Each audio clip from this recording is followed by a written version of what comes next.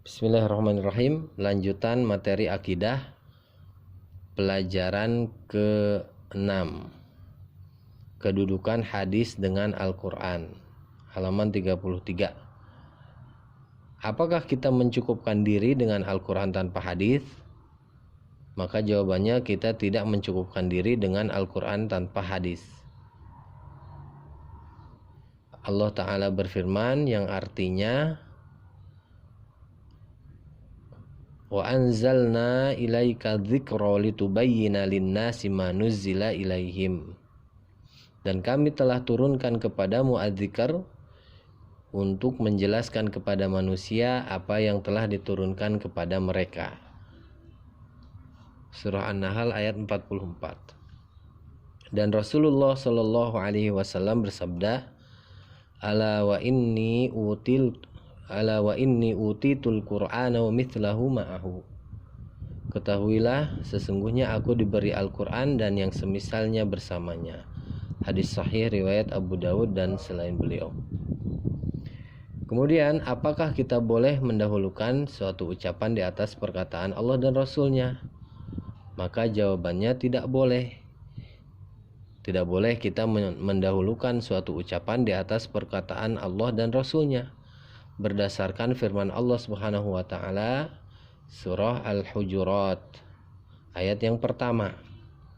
Ya ayyuhalladzina amanu, wahai orang-orang yang beriman, la tuqaddimu baina yadayillahi wa rasulih. Janganlah kalian mendahului Allah dan Rasulnya.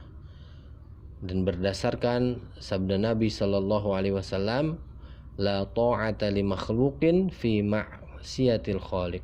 La ta'ata li makhluqin fi ma'siyatil khaliq. Tidak ada ketaatan kepada makhluk dalam bermaksiat kepada Allah. Juga perkataan Abdullah bin Abbas radhiyallahu anhuma, akhsha an tanzila alaikum hijaratun minas sama'. Aku khawatir jangan-jangan ada batu dari langit yang akan menghujani kalian. Aku lulakum qala Rasulullah, aku mengatakan kepada kalian Rasulullah bersabda begini, wa taquluna qala Abu Bakrin wa Umar, dan kalian malah mengatakan Abu Bakar dan Umar telah berkata. Jadi tidak boleh mendahulukan perkataan selain Rasulullah di atas perkataan Rasulullah, walaupun itu perkataannya Abu Bakar dan Umar radhiyallahu anhuma. Kemudian pelajaran ke-7, apabila kita berselisih dan ittiba.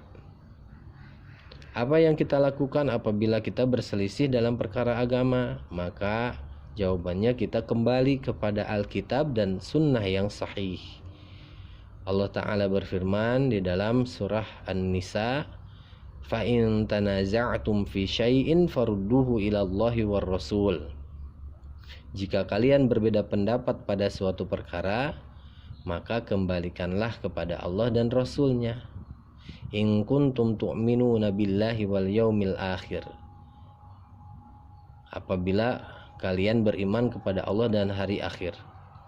Dzalika khairu wa ahsanu ta'wila. Yang demikian itu lebih utama bagimu dan lebih baik akibatnya. An-Nisa ayat 59. Dan Rasulullah juga bersabda, alaikum bisunnati wa sunnatil khulafa'ir rasyidin tamassaku biha.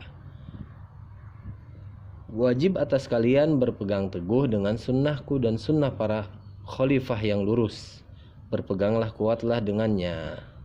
Hadis sahih riwayat Ahmad. Lalu bagaimana cara kita mencintai Allah dan Rasulnya? Kita mencintai Allah dan Rasulnya adalah dengan taat kepada keduanya, mengikuti perintahnya. Allah Ta'ala berfirman, qul in kuntum tuhibbunallaha fattabi'uni. Katakanlah,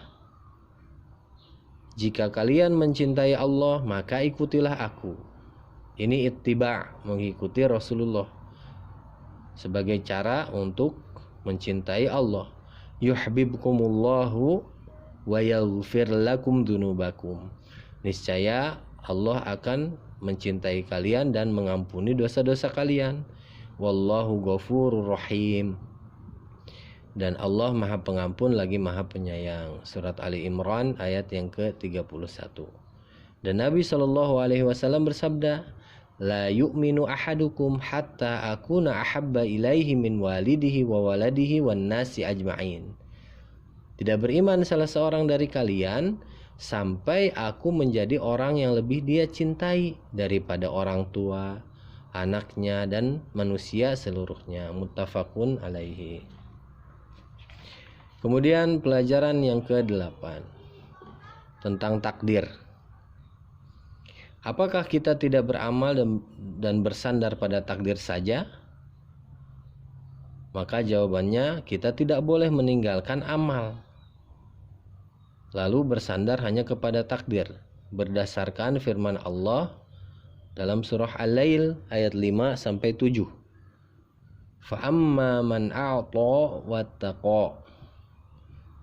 Maka adapun orang yang memberi, menginfakkan hartanya di jalan Allah dan bertakwa, wasaddaqa bil husna, dan membenarkan adanya pahala yang terbaik yaitu surga, fasanuyassiruhu lil yusra.